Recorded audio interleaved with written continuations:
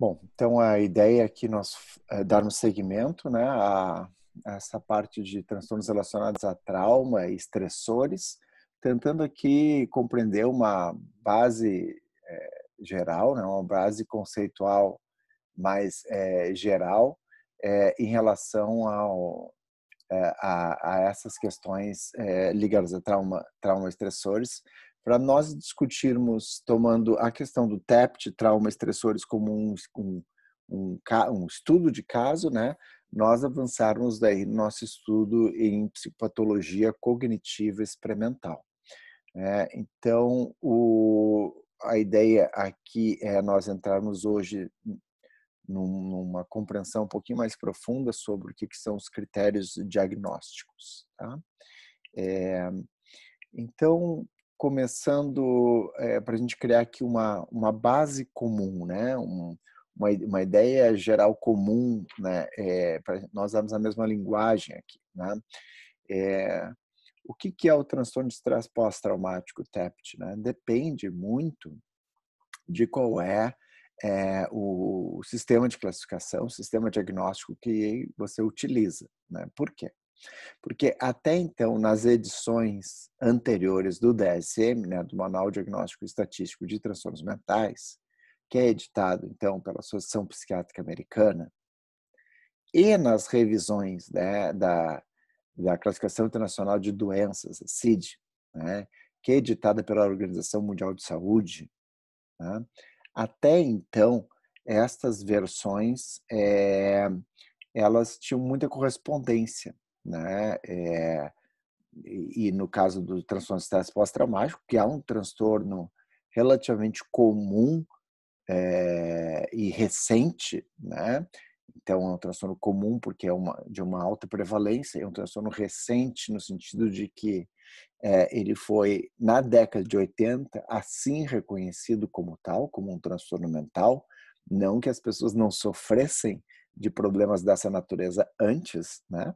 Mas até então havia muita correspondência entre os dois sistemas de classificação. No entanto, com a quinta edição do DSM-5, e com a 11ª revisão da CID, a CID-11,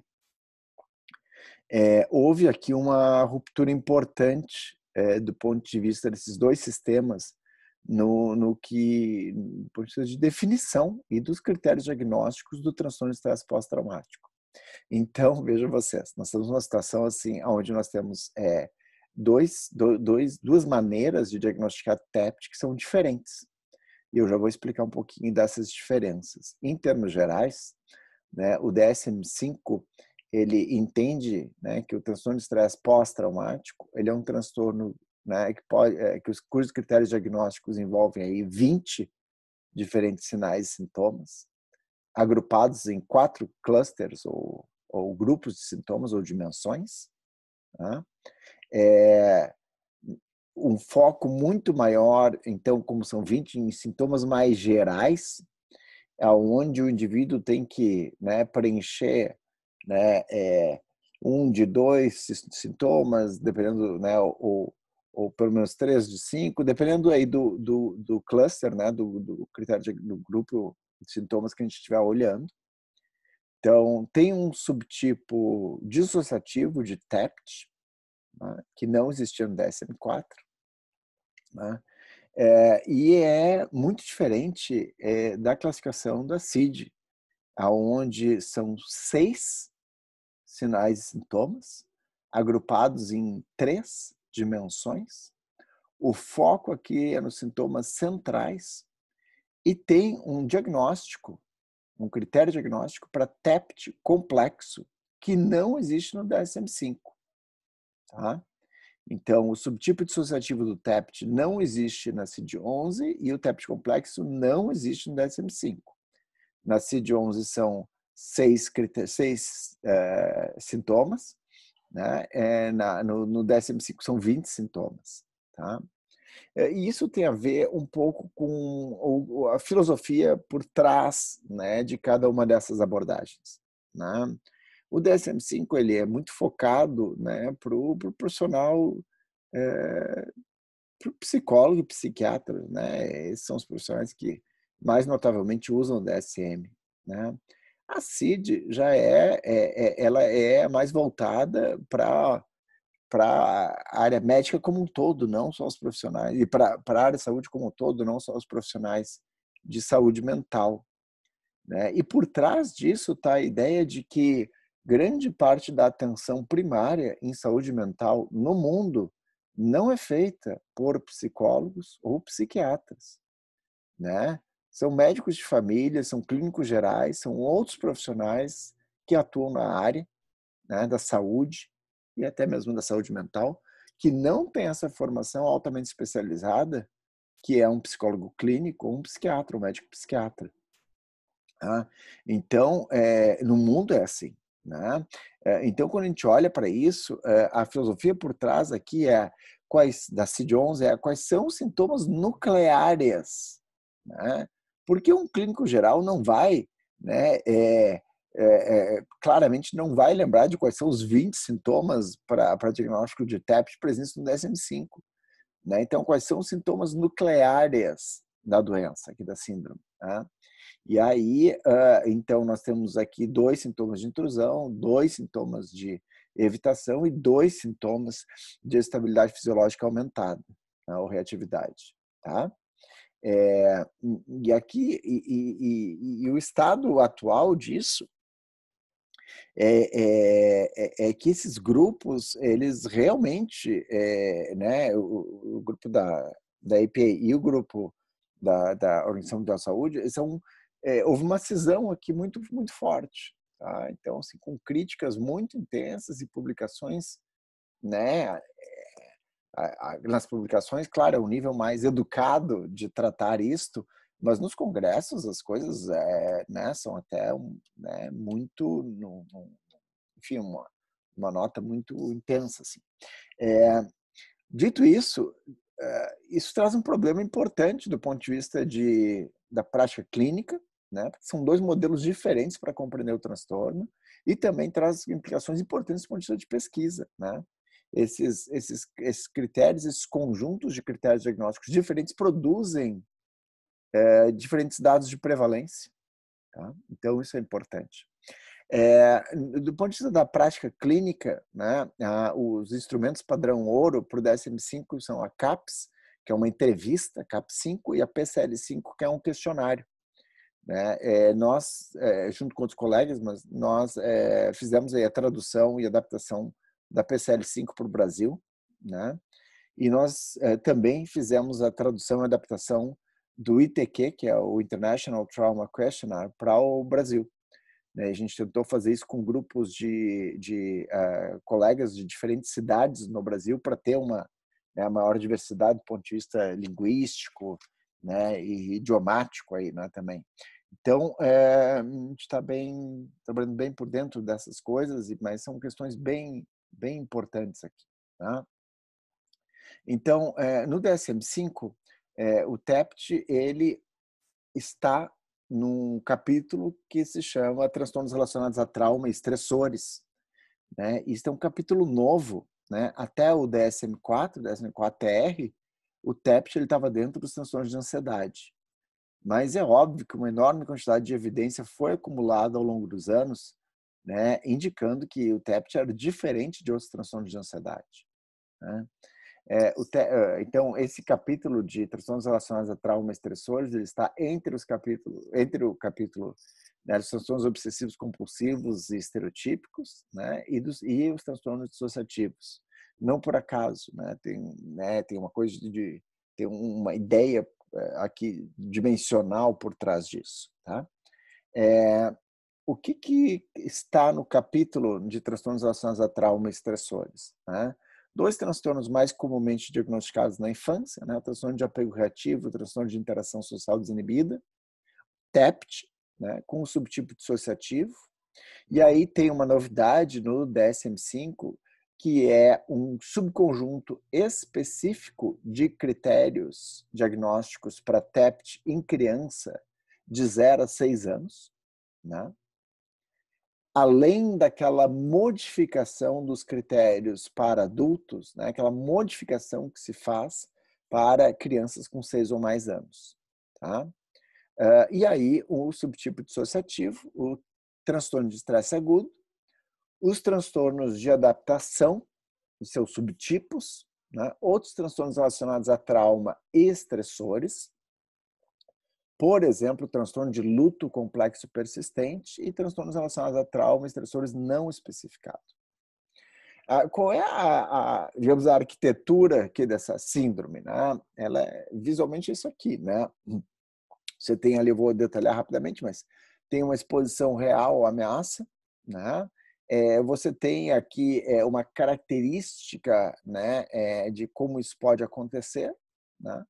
E aí você tem os 4 grupos de sintomas: os sintomas de intrusão, ou reexperiência ou revivência, os sintomas de evitação persistente, os sintomas que é um grupo novo em relação ao DSM-4-TR, que são as alterações negativas em cognição e humor, né? E um outro conjunto de sintomas que são as alterações em alerta e em reatividade, aquelas alterações mais autonômicas, tá? Uma também algo novo no DSM-5 é esta ideia de sintomas nesses 2 últimos grupos, sintomas que se iniciam ou agravam após a ocorrência, após a exposição ao evento estressor potencialmente traumático. Até então, isto era fraseado, né, de forma que sintomas que se iniciam. Quando a gente diz que se iniciam ou agravam, o que está tentando fazer aqui é reconhecer que nós podemos ter alguma condição aí pré-mórbida existente que que pode até mesmo ser um fator de risco para o TEPT frente à exposição a um evento estressor potencialmente traumático. Já vai ficar claro logo a seguir. Mas vamos ver o que é o critério A, então, porque a gente vai passar o semestre falando sobre TEPT, né? Então, o que é o critério A aqui? Sem o qual esse transtorno não pode ser diagnosticado. Então, é exposição a episódio concreto ou ameaça, né? Então, de morte, lesão grave, né? Violência sexual, em uma ou mais, né? Então, o sujeito vivencia diretamente, ele experiencia diretamente, ele testemunha isso ocorrer com outra pessoa, ele pode tomar conhecimento de que o evento traumático ocorreu com um familiar ou alguém próximo, né? Ou ele pode ser exposto de uma forma repetida ou mesmo extrema a alguns detalhes aí particularmente aversivos do evento, né? Por exemplo, na nossa prática clínica, né, nós temos muitas vezes colegas que fazem perícia, né? Então psicólogos ou psiquiatras, né? E que nós tivemos muitos colegas do Instituto Geral de Perícias que foram nossos alunos aqui de mestrado e doutorado, né? Então, na prática profissional desses colegas, né, eles ouvem em torno em média, de 30, né, relatos, né, de maus tratos na infância por semana, né? Então, imagina o que é você ser exposto repetidamente a histórias terríveis por conta da sua prática profissional. Estou aqui trazendo algo muito próximo do nosso campo de atuação aqui, psicólogos, psiquiatras, né? Mas é óbvio que, né, se você é um profissional, trabalha na SAMU, se você é um bombeiro, é óbvio que você está exposto aí a situações extremas, né? Então, isso aí, por conta da sua atividade laboral, também pode ser o critério A. No critério B, é a presença de um ou mais dos sintomas de intrusão, né? Então, por exemplo, lembranças intrusivas, pensamentos, né? E aqui a chave é lembranças intrusivas e involuntárias, né, do evento traumático, né? Então, você está lá, você foi exposto a uma situação traumática, né? Vamos dizer, há 2 meses atrás, você foi entrar no carro, veio um assaltante com uma arma, botou a arma na cabeça, disse que ia lhe dar um tiro, né? Aí você está tentando seguir com o curso da sua vida, mas essa imagem vem, né? Esse pensamento vem. Pode vir na forma de sonhos, pesadelos, tá? Pode vir na forma de flashbacks, é quando o indivíduo sente, né, ou age como se o evento traumático estivesse ocorrendo novamente, né? É um tipo de reação dissociativa. Ou pode aí ter sofrimento psicológico ou reações fisiológicas, né, frente à exposição de sinais internos ou externos, né, que lembrem algum aspecto do evento traumático. Então, são sintomas de intrusão, revivência, reexperiência. Podemos ter aí os sintomas de evitação, né? Então, você tem que ter pelo menos um dos dois, né? Que é aquela evitação, né? Ou esforços para evitar pensamentos, lembranças, sentimentos relacionados ao evento traumático, ou evitar lembranças externas, né? Aquela evitação mais comportamental, quando eu evito pessoas, eu evito situações, eu evito lugares, locais que lembrem, aí, estímulos que lembrem, né, ou estejam associados aí ao evento traumático. O critério D são essas alterações negativas, né, no pensamento e no humor, que podem piorar ou iniciar depois da ocorrência do evento, né? Então, por exemplo, aqui tem uma questão chave que a gente discutiu um pouco na aula passada, que é a amnésia traumática, que é a incapacidade de recordar algum aspecto importante do evento traumático, crenças ou expectativas negativas, né, persistentes e exageradas sobre o self, sobre outro, sobre o mundo. Nós vamos depois falar disso nesse semestre. Cognições distorcidas, aí é o conteúdo do pensamento, né, cognições distorcidas sobre a causa ou consequências do evento traumático, né? Um estado emocional negativo persistente, aí vem as questões de disforia, né? Interesse ou participação diminuída em atividades, sentimentos de distanciamento ou alienação, ou mesmo uma incapacidade aí de sentir emoções positivas, né? E aí o critério E, que são essas alterações mais fisiológicas, né?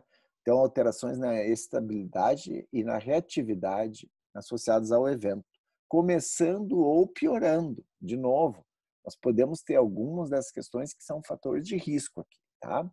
Então, comportamento irritadiço ou surtos de raiva, comportamento imprudente e autodestrutivo, hipervigilância, dificuldade de concentração, resposta de sobressalto exagerada, que é o startle response, né?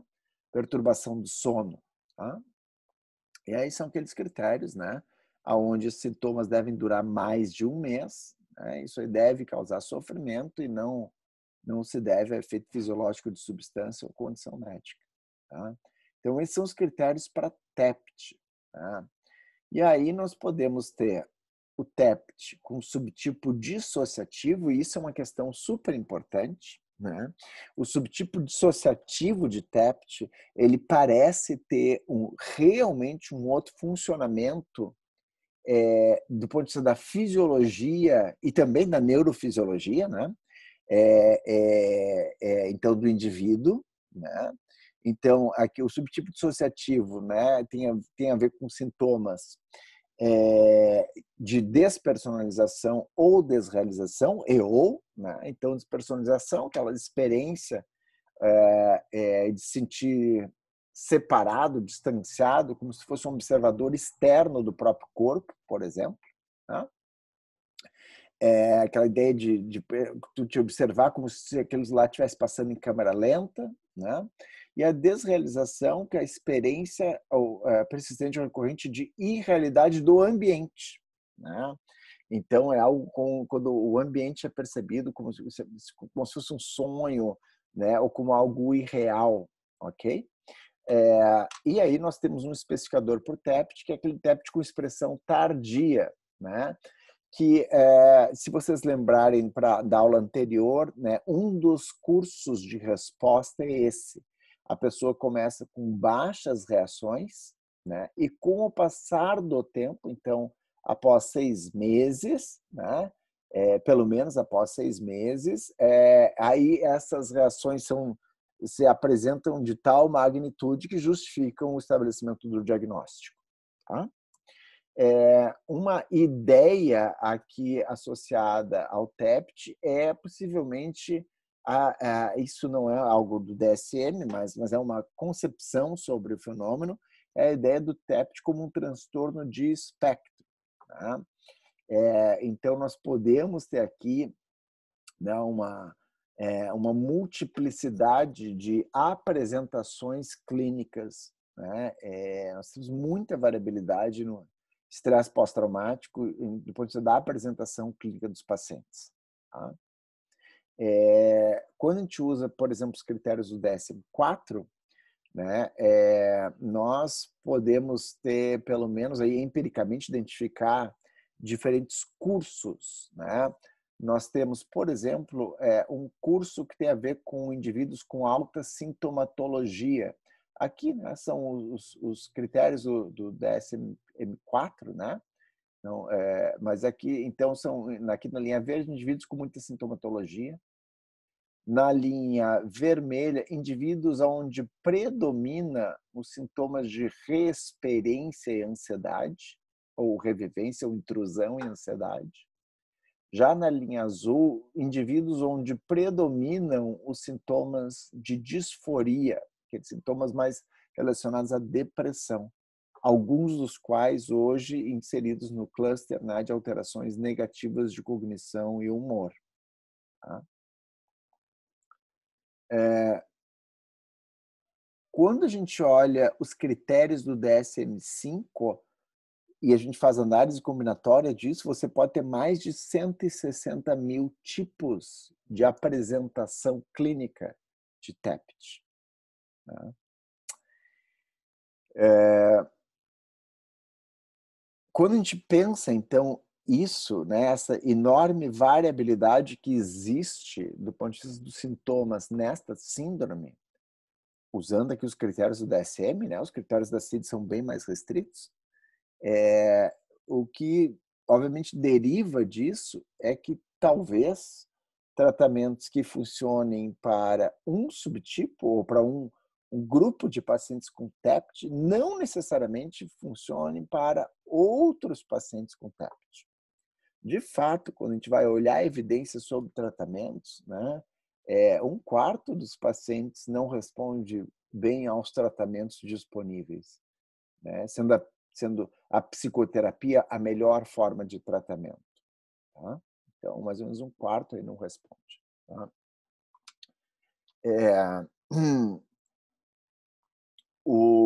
Em relação ao transtorno de estresse agudo, eu não vou entrar aqui com tanta especificidade, mas ele é um diagnóstico menos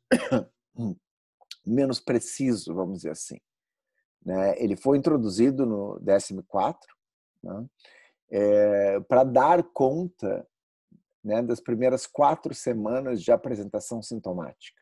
Né? Uma vez que o TEPT, mesmo no DSM-4, só podia ser diagnosticado a partir do primeiro mês, a partir de 30 dias. Né? E aqui tem toda aquela questão que eu comentei na aula anterior sobre o quão difícil é diferenciar aqueles indivíduos que estão num curso de recuperação daqueles indivíduos que estão adoecendo, nos primeiros dias, sobretudo. Isso é muito difícil de diferenciar. Mas o transtorno de estresse agudo, então, no DSM-5, né, envolve os mesmos aspectos do critério A, né, do TEPT, né, e a presença de 9 ou mais dos seguintes sintomas, e aí vem 5 grandes categorias, né, sintomas de intrusão, de humor negativo, de dissociação, de evitação e estabilidade fisiológica, né, que podem começar ou piorar após a ocorrência do evento traumático. A duração desses sintomas aí é de 3 dias a 1 mês, a partir do que, se o paciente ainda apresenta sintomático, muda-se, né, o critério diagnóstico para estresse pós-traumático. Tá? E aí causa prejuízos, né, sociais, ocupacionais, né, relacionais, e não é melhor explicado por quadro médico ou efeito de substância. Tá? A prevalência do transtorno é muito variável. Então, isso depende de muitos aspectos. Depende de como a gente mensura isso. Né? E então, se eu uso uma entrevista, né, eu vou ter um dado de prevalência. Se eu uso o questionário, eu vou ter um dado. Aí, qual critério diagnóstico eu estou usando? Aqui, em geral, a gente usa o DSM, né, na maior parte dos critérios, ainda que aqui, nessa pesquisa que eu estou mostrando, na verdade, são os critérios da CID, né, que é CID-10. Tá? Então, o que eu tenho? Eu tenho uma prevalência aí de 12 meses, né, que é um dado de prevalência, né? Quando você pergunta nos últimos 12 meses, e aí você apresenta os sintomas e a pessoa marca.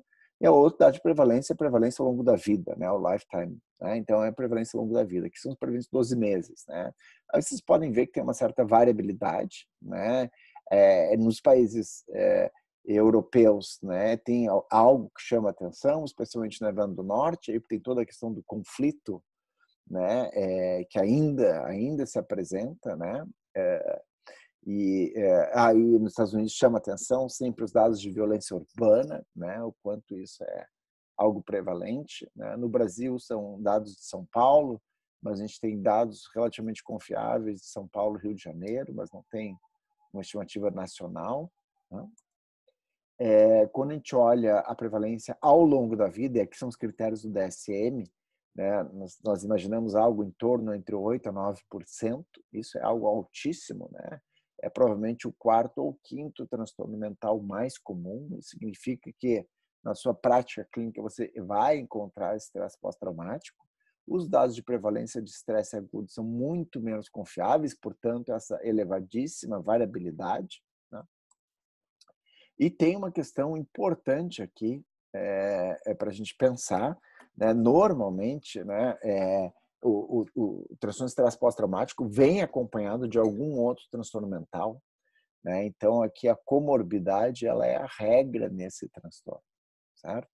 Então, em torno de 80% aí dos pacientes com TEPT apresentam algum outro transtorno mental comórbido, né? Sendo os transtornos mais comuns, né, e aqueles que têm a ver com o uso de substância, né, com transtornos de humor, especialmente transtorno depressivo maior, e quadros de ansiedade, né, transtornos de ansiedade. Tá? Quando a gente olha um pouquinho essa questão da comorbidade, e aqui é um estudo bem recente, saiu esse ano, baseado aí, né, em mais de 150 mil respondentes, né, participantes, em 27 países, né, é algo interessante de observar, né, e aqui quando o indivíduo tem um transtorno prévio, que é o transtorno de estresse pós-traumático, né, o que acontece do ponto de vista, né, é, é, da passagem do tempo, né, para a presença, né, para o risco aí, o risco de desenvolver um transtorno subsequente. E aqui é transtorno depressivo maior, transtorno de ansiedade generalizada e abuso de álcool. Vejam vocês, né, quando eu falei que o TEPT é um transtorno extremamente comórbido, né, o risco absoluto, né, com o passar dos anos, né, que é a passagem de anos, né, de desenvolver abuso de álcool, ele aumenta enormemente, né, tem um risco cumulativo, aumenta enormemente desde o início do TEPT, né? O mesmo vale para ansiedade generalizada e enormemente para transtorno depressivo maior, né? E quando eu falei aqui sobre a comorbidade ser a regra, isso traz implicações importantes aí para a prática clínica, né? Nós não vamos aqui nos centrar tanto nisso, né, do ponto de vista desse momento da discussão, mas quando vocês pensarem nos ensaios, né, vocês estão agora começando a pensar um pouquinho, olha, tem o ensaio do fim do semestre, do ponto de vista de intervenção experimental, né? Pode ser um sintoma do TEPT, pode ser, né, o transtorno como um todo, pode ser, né, uma intervenção experimental para algo comórbido, né? Pode ser para um problema meio transdiagnóstico, por exemplo, regulação emocional, né? Ou afeto negativo, né? Então pode ser algo meio transdiagnóstico, meio na linha da RDoC, né? Então, aqui eu quis trazer aqui alguns dados, né, para nós pensarmos aqui os critérios diagnósticos, para nós termos aqui uma base comum de conversa, todo mundo entender o que é o transtorno, porque a gente vai falar de uma forma recorrente disso ao longo do semestre.